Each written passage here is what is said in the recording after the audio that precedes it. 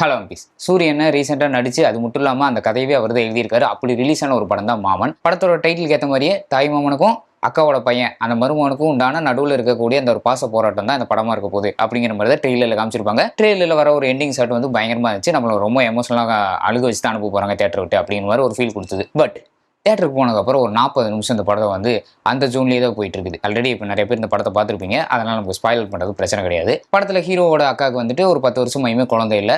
அதனால அவங்க ரொம்ப வேண்டிக்கிட்டே இருந்திருக்காங்க. நிறைய ப்ராப்ளம்ஸ் எல்லாம் அவங்க ஃபேஸ் பண்ணுறாங்க சொசைட்டியில்.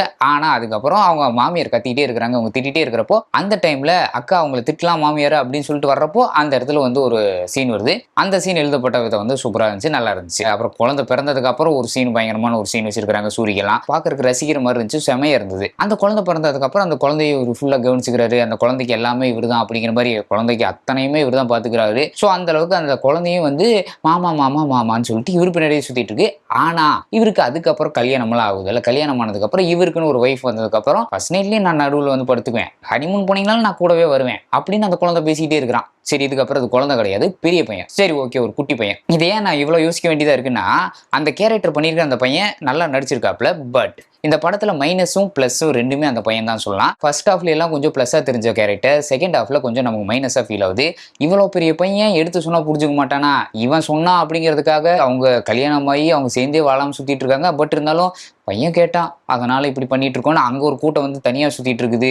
உயிரோட இருக்கிற மாமனுக்கெல்லாம் மாலை போட்டுட்டு இருக்காங்க. என் பையன் ஆசைப்பட்டானா அவங்க அக்கா ஒரு பக்கம் அழுகிறதெல்லாம் வந்து, இந்த பையனை ஏன் திருத்த முடியலையா, இந்த பையனை நீங்க சரியா வளர்க்கலையா, இந்த பையனை உங்களால பேசி சரி பண்ண முடியலையா அப்படிங்கிற மாதிரி நமக்கு ஒரு ஃபீல் கொடுத்துருது. அட்லீஸ்ட் இன்னும் கொஞ்சம் குட்டி பையன், இந்த மெச்சூர்டா இருக்கிற மாதிரி இல்லாம இன்னும் கொஞ்சம் குட்டி பையனா எடுத்திருந்தாங்கன்னா இந்த மாதிரி அடம் பிடிப்பான் அந்த பையன், இவனை வந்து சமாளிக்க முடியாது அப்படிங்கிற மாதிரி நமக்கு ஒரு ஃபீல் கொடுத்துருக்கும். மேபி டைரக்டர் அவரோட ஆசைக்காக வச்சிருந்திருக்கலாமே தவிர, பட் எனக்கு தெரிஞ்சு இந்த கேரக்டருக்கு வந்து அந்த பையன் வந்து செட் ஆகிற மாதிரி தெரியல. ஏன்னா பெர்ஃபார்மன்ஸ் வைஸ் அந்த அப்புறம் பயங்கரமா பெர்ஃபார்ம் பண்ணிட்டு இருக்காங்க எல்லாரும். பட் அந்த எமோஷனலா இருக்கிற அத்தனை சீனுமே இந்த பையனோட கேரக்டர் வச்சுதான் இருக்கு. ஸோ அந்த மெச்சூர்டா இருக்கிற பையனை வச்சுதான் இவங்க இவ்வளவு ப்ராப்ளம்ஸ் எல்லாம் ஃபேஸ் பண்ணிட்டு இருக்காங்க அப்படிங்கிறது வந்து நமக்கு பெருசா கனெக்ட் ஆகல. அந்த எமோஷனல் செட் ஆக மாட்டேங்குது. ஈஸியா சமாளிக்கக்கூடிய பையனை வந்து இவங்க சரியா வளர்க்கல அப்படிங்கிற மாதிரி தான் நமக்கு திங்கிங் இருக்குமே தவிர, ஐயோ இந்த பையன் அடம் பிடிச்சி இவ்வளவு பிரச்சனை பண்ணிட்டானே அப்படிங்கிற மாதிரி ஒரு திங்கிங்கே வராது. ஸோ அந்த பெர்ஃபார்மன்ஸ் எல்லாம் கொஞ்சம் வேஸ்டா போகுதே அப்படிங்கிற மாதிரி ஒரு ஃபீல் இருந்துச்சு. மாமன் மருமகன் அதுக்கு உண்டான ஒரு பாச போராட்டம்னு போகும்னு பார்த்தோம்னா ஃபர்ஸ்ட் 30 நிமிஷம் இல்லை ஒரு ஃபர்ஸ்ட் ஹாஃப்னே வச்சுக்கோங்க. ஃபர்ஸ்ட் ஹாஃபுக்கு அப்புறம் கதை அப்படியே மாமன் மருமகன்லாம் போயிடுச்சு. அப்புறம் போ அப்படின்னு சொல்லிட்டு புருஷன் பொண்டாட்டி சேருவாங்களா சேர மாட்டாங்களா, இந்த பையனால வந்த பிரச்சனைனால புருஷன் பொண்டாட்டி பிரிஞ்சுட்டாங்க. கடைசியில் அந்த பொண்ணு வந்து இவர் கூட வாழுமா வாழாதா அப்படின்னு சொல்லிட்டு சூரிக்கும் ஐஸ்வர்யா லட்சுமிக்கும் நடுவில் அந்த புருஷன் பொண்டாட்டி போராட்டம் போய்கிட்டு இருக்குது. அண்ட் இதுல வந்து கதைக்கு தேவையில்லாத ஒரு சீன் தான். பட் இருந்தாலும் ராஜ்கிரனும் விஜய் சந்திரசேகர்னு சொல்லிட்டு ஒரு 2 பேர் நடிச்சிருப்பாங்க. அவங்க வந்து இந்த தாத்தா பாட்டி கேரக்டர் பண்ணி ரொம்ப ஒரு சீன் வரும் உங்களுக்கு, அது ரொம்ப சூப்பராகவே இருந்துச்சு. பெர்ஃபார்மன்ஸ் வைஸ் அப்படியே ரியலா ஒரு 40 வருஷம் ஒன்னா சேர்ந்து வாழ்ந்த ஒரு புருஷன் பொண்டாட்டி வயசானதுக்கு அப்புறம் எப்படி பேசிப்பாங்களோ அந்த மாதிரி ஒரு சமையல் சீன் மாதிரி ஒன்று வரும்.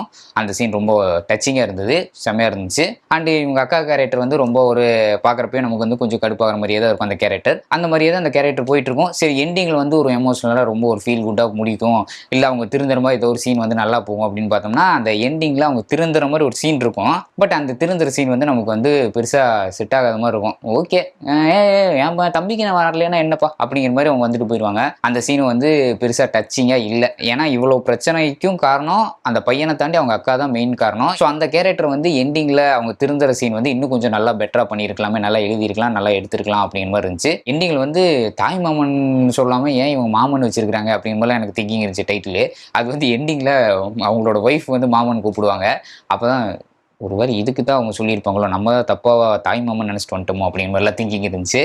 ஸோ அப்படிதான் நல்ல தாய் மாமன் மாதிரி போன கதை கடைசியில் புருஷன் பொண்டாட்டி மாமன் அப்படிங்கிற மாதிரி போயிடுச்சு. அண்ட் நடுவில் ஒரு கேமியோலாம் வருவாப்பில். அந்த கேமியோ வந்து ஆல்ரெடி படத்தை பார்த்துருப்பீங்க, ஸோ அதனால ஸ்பாயிலர் பண்ணுறது ப்ராப்ளம் இல்லை. விமல் நடிச்சிருப்பாப்பில். அவர் வந்து ஒரு டைலாக் வர சொல்லுவாப்பில். எனக்கு அந்த டைலாக் பார்க்குறப்போ படத்தில் அந்த கதைக்காக எழுதப்பட்ட மாதிரி இல்லாமல் அவரோட கேரக்டருக்காகவே எழுத மாதிரி இருந்துச்சு. ஏன்டா எங்கள் கூட ஜாலியாக பேசிட்டு சுற்றிட்டு இருந்த பையன் உன்னை வந்து இப்படி ஃபீல் பண்ணி உட்கார வச்சிட்டாங்களடா அப்படிங்கிற மாதிரி சொல்லுவார். அது வந்து இந்த கேடி பில்லா கில்லாடுறாங்க தான் எனக்கு அப்போ டக்குன்னு வந்துச்சு. அவங்க நிறைய படம் நடிச்சிருக்காங்க, பட் இருந்தாலும் எனக்கு அந்த படம் தான் டக்குன்னு ஞாபகம் வந்துச்சு. எவ்வளோ தூரம் அந்த மனுஷன் கஷ்டப்பட்டு வளர்ந்து கிட்டத்தட்ட நான் பிறந்தப்போ 1998 வந்து ஒரு படம் அப்போதான் ஃபர்ஸ்ட் அப்பியர் ஆயிருக்காப்புல. சும்மா ஏதோ ஒரு ஓரத்தில் ஒரு சீனில் வந்திருக்காப்புல. அதுலேருந்து இப்போ வரைக்குமே பயங்கர போராட்டம். கிட்டத்தட்ட ஒரு 22-23 வருஷத்துக்கு அப்புறம் தான் இவர் வந்து இப்படி ஒரு பயங்கரமான ஒரு ஹீரோ அப்படிங்கிற ஒரு ரேஞ்சுக்கு வந்திருக்காப்புல. அந்த மனுஷன்லாம் வந்து தான் பண்ணாத ஒர்க்கே இல்லைங்கிற அளவுக்கு நிறைய ஒர்க்ஸ்லாம் பண்ணி வச்சிருக்காப்புல. ஸோ அந்த ஹார்ட் ஒர்க்குக்கெல்லாம் ஒரு சூப்பரான ஒரு விஷயம் அவர் கிடைக்குது. இவ்வளோ ஒரு பெரிய சக்ஸஸ் கிடைக்குதுன்னு நினைக்கிறப்போ ரொம்ப சந்தோஷமா இருக்குன்னு. இன்னுமே அவர் வளரணும் அப்படின்னு ஆசைப்பட்றேன்.